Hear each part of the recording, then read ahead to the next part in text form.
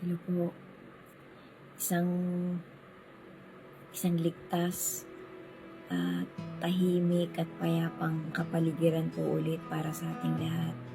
Isang payapang pagkakataon po ulit para sa ating lahat na magkikita-kita ulit dito sa bagong content ko na Season 27, Book 10. To God be the glory po ulit, guys.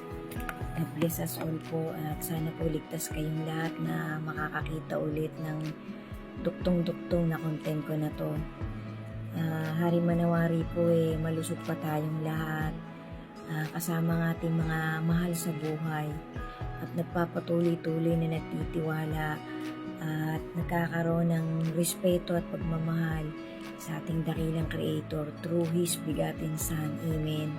To God be the glory po ulit. Ibigay po natin sa Kanya ang lahat ng kaluwalhatian at pagpupuri dahil sa mga kabutihan binibigay pa niya sa ating lahat. Lalo-lalo na po sa ating kalusugan at sa bawat araw na tayo ligtas sa po ng ating buong pamilya. Amen. So guys, nakamalito ako guys. Yung isang nasabi ko po dyan, yung sumunod po sa 6, nasabi ko po ulit, part 6, part 7 na po yun guys, nalilito po talaga ako.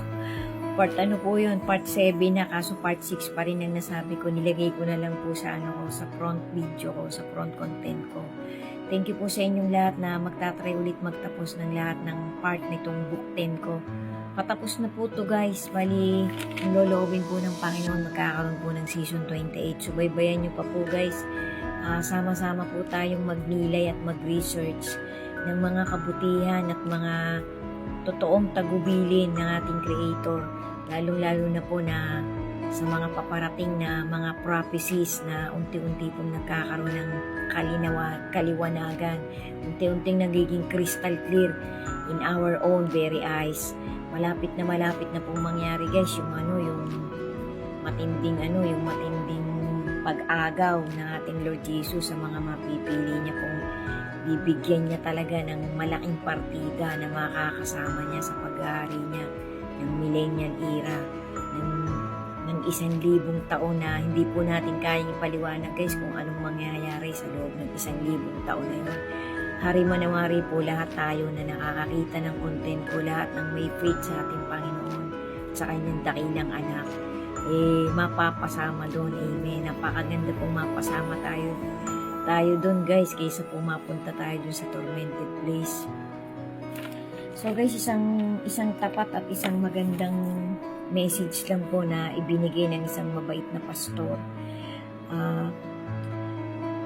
I-note po natin ito guys, tandaan po natin ito. Sabi niya po, growing dangers are all around humanity these days is being poisoned by our bad choices. So, ibinigay po siyang mga importanteng details.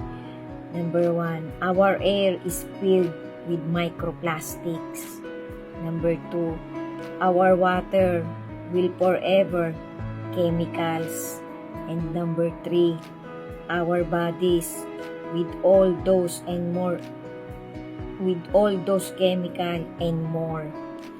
Everyone is quickly waking up to the spiritual truth that things don't get better without God's intervention.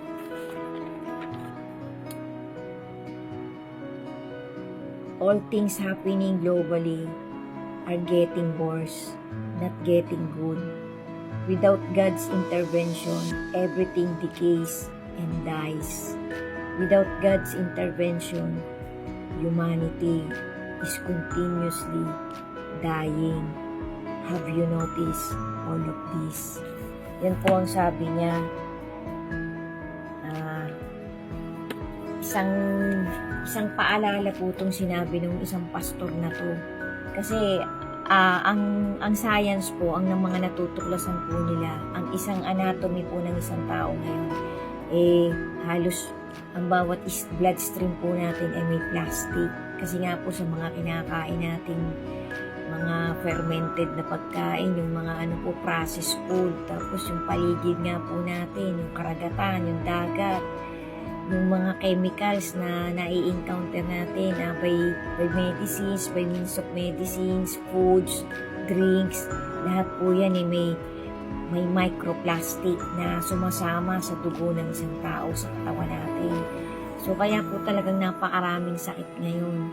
So hindi po talaga bumubuti guys. 30 years ago, 20 years ago, 15 years ago, lalo pa pong pa-worse ng pa-worse. So, maging prepared po talaga tayo, guys. Ito po ay awareness. Awareness po ito.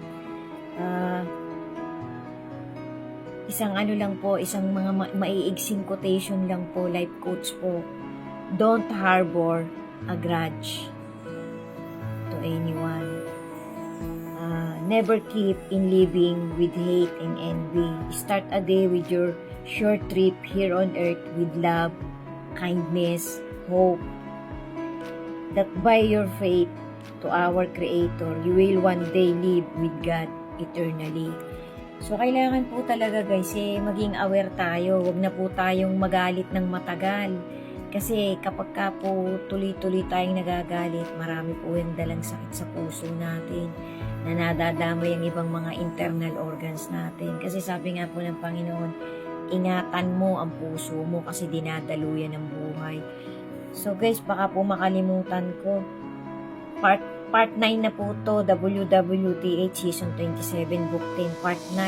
Ako guys, munti ko nang makalimutan. Part 9 na po ito guys. Tuloy-tuloy po itong itong pagtatawid ko na to ng mga maliliit na booster para sa ating lahat. So guys, meron po akong lumang notes na napakamahalaga na gusto ko pong itawid sa bawat isa sa inyo na makakakita ng content ko na to. Meron po akong napanood na a year ago pa po na 8 facts daw po about Satan according to the Holy Scripture. Subaybayan niyo po.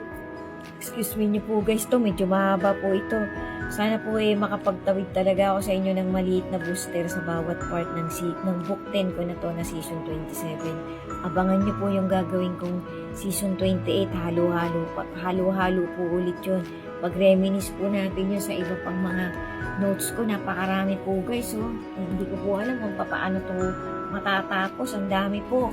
May mga nadadagdag pa po yung mga latest ko pa po hindi ko pa ang dami nga po Siguro po kung bibilangin natin more than 100 na mga notes na napaka-importante po. Hindi ko pa po nasusulat. Siguro po nakakasampu pa lang ako. Yung mga latest po yun. Yung iba po dun, mga dating dokumentary pa na nire-reposted. Gusto ko po ding ulit-ulitin, sabihin sa mga makakapanood ng content kung ganito. Kasi yun po ay dagdag booster ng bawat isa sa atin. So ito po, maigsi lang po to guys. Abangan nyo po to, sasabihin ko po sa ibang part yung 8 facts about Satan according to the Holy Scripture. Ito po yung naitawid ko na sa mga nauna ko pang season ng WWTH. Kaya lang po, nasa ilalim na po. Bago po makalimutan guys, meron po ako dyang nireposted na siguro po less than a week ago na tungkol po kay Moses. Tungkol po yun sa tatlong unusual death na tumawid generation by generations na duduktungan ko po, isasama ko po dito sa part ng book 10 ko na talagang nagbigay po ng matinding impact. Lalagyan ko po ng konting explanation guys, pero mayroon na po akong ganyang content nasa ilalim na lang. Dumaan po nung less than a week ago dito sa wall ko. Nireposted ko po. Ito po tungkol sa 3 taong importante na karakter sa Holy Scripture na nagkaroon po ng malaking impact ang kanilang pagkamatay. Nag-iwan po ito ng malaking question mark sa humanity. So, baybayan nyo po. Thank you so much po sa inyong lahat na nagtatry talagang magtapos ng mga ganito kong content. Dagdag booster po natin ito guys. Lagi po tayo talagang magbukas ng communication sa ating Creator. To God be the glory po. Thank you po for watching. Subaybayan nyo pa po yung mga susunod na part. Maraming salamat po. Lagi po natin pagnilayan ang banal na salita ng ating Panginoon. Huwag po tayong maniwala dun sa mga blasphemer na tao. Meron pong naghihintay na kaparusahan sa mga ganyang tao pagdating ng tamang oras at pagkakataon. Itatakda nga ng ating Creator. Sundan nyo pa po. God bless us all po, and to God be the glory po ulit. Thank you po for watching. Be steadfast in your faith to our Creator, and God bless each and every one of us. Peace and happiness sa buong pamilya po ng bawat isa sa atin. Amen.